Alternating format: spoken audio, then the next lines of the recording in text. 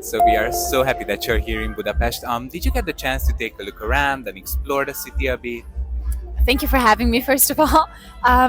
Way too little. I definitely have to come back. I think it's my second time. The first time I was in Budapest was also for a very short performance. So it was in and out. This time, again, in and out. But the first time also at Sziget. And now, because I performed so late, I get to walk around a little. Oh, so did you enjoy the festival so far? Well, no, later. Oh, later. I perform in 2 hours. Yeah. So I still have a little time, but it looks amazing, really. And Budapest as well. We drove past the parliament near the Danube, and it was beautiful. I really want to come back. All right. So I don't know if you know this, but this festival, Sziget, is also called the Island of Freedom. So I'm curious, what does freedom mean to you? Good question. I think freedom is just, to not have to question yourself, be who you are, whoever that is, whatever that is. Feel free to do whatever you want to do in exactly that moment. If it's dancing, if it's singing, if it's hugging someone, if it's kissing someone, just celebrating life. I feel like that's freedom. All right. So the whole of Europe got to know your name because of Eurovision this year, but you actually released an album before that, Stripping That's true. Feelings. Yes. And it's your first one, so you deserve its little moment to shine. Thank So you. I want to ask you, what is the overall message that you hope people who listen to the album take away from it? So Stripping Feelings was actually my way of working through not going to Eurovision the year before this year. So when I got the message I won't go to Eurovision 2023, I thought, okay, then I just want to make an album. I want to show the world what Kaleen is or was back then. I think now she's already changed a little. It's just the kind of music I like, the kind of music I want to dance to. The stories are emotional but also sexy. It's a lot about love.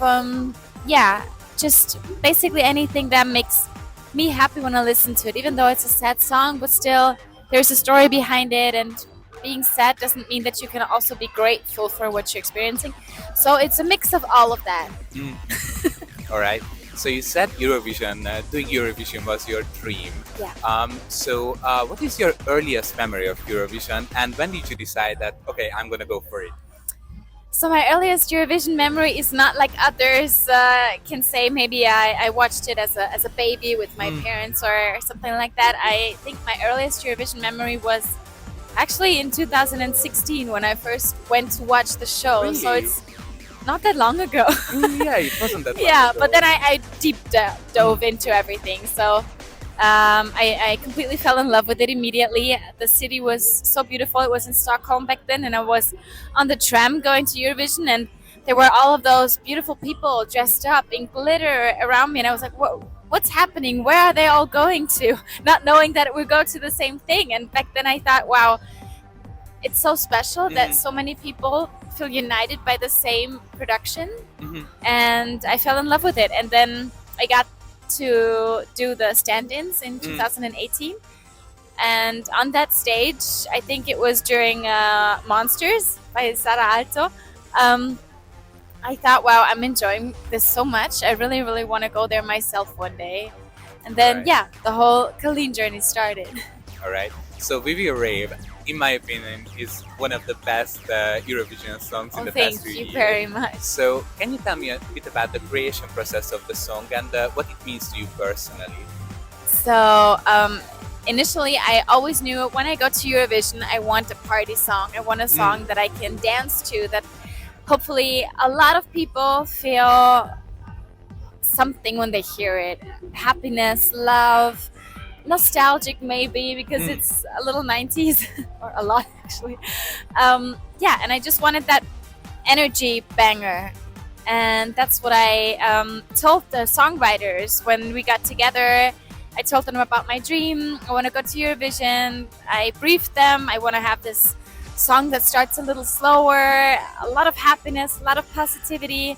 And they came up with We Will Rave. And I fell in love with it after I heard the first 10 seconds or something, when that beat starts with the so I go. I couldn't help it. And I think, or from what I hear, it has brought a lot of people very positive memories, and for me that's the most important compliment or the biggest compliment that you can get. So I'm very, very grateful for We Will Rave. Alright, so most of your songs are really like positive and up-tempo and truly uplifting. So I'm wondering, what helps you remain positive and optimistic when life gets a little too hard? Well, it's not always as easy as it looks. So I feel like everyone is struggling sometimes, and it's okay. I think as you get older, you realize, okay, well, that's also part of life. Just embrace that, but remember that in the end, it will always be okay. And for me, even if I feel sad, I really want to listen to a sad song because I just want it to match. And then after I've listened to maybe 10 sad songs, I feel like, okay, and now I'm ready to lift it up again. So I think generally for me, it's music. It's music and family or community. Yeah, and then just letting go, whether you call it raving or just partying with your friends. I think that's what always helps your mood. Alright, so your performances are a triple threat because you serve vocals, you serve choreography, Thank you you. serve looks. So how do you hype yourself up and get in the mood before stepping on stage? Well, for me, that the crowd, hearing the crowd, knowing that we will have this symbiosis of I give something to them, they give something to me. It's exactly that what makes it so powerful. So probably performing in during Corona, maybe when people had to perform just for a camera, I don't know if I would have been able to do that exactly. So I think it's the hearing the crowd, knowing that, okay, in just a second I will be out there and they will sing the song with me, that always lights up my mood, even if it's 2:30 a.m. in the morning like it is tonight, which is way past my bedtime, but I mean, same. right.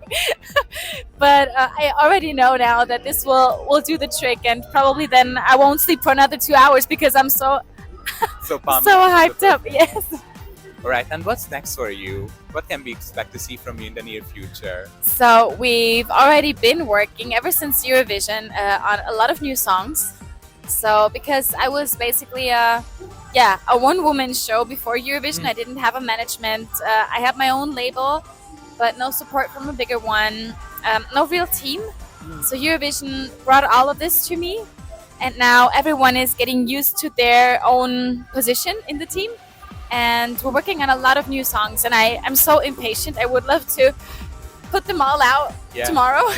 And finally, is there a message that you would like to share with your Hungarian fans? Well, I'm extremely, extremely grateful for all of this community that's growing at the moment. This is really something that I knew I wanted to be on a stage doing what I love. But knowing now that I have this community, that I found this community, and they all find love within that community. We all connect to each other. They support me. They stand up for me if someone writes something bad, which happens on social media. And that means so much to me, really. When I get messages, I try to read all of them. I try to respond to all of them. It's really me, in case you're wondering, it's me. That's why it's taking so long. No, I really am so grateful for every single one of you out there, and I hope that I will have many, many more concerts here. I hope that this is only my first Sziget Festival, because I really, really want to come back. And then I hope I get to meet all of you, because I would love to, really. I'm extremely grateful.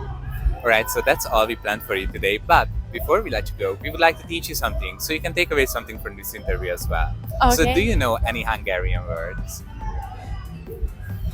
I'm afraid I think no. Okay, so I would like to teach you how to say I love you in Hungarian. Yes, I would love to. Yes. Right, so it goes like this. Szeretlek. Szeretlek. It's let's take it slow.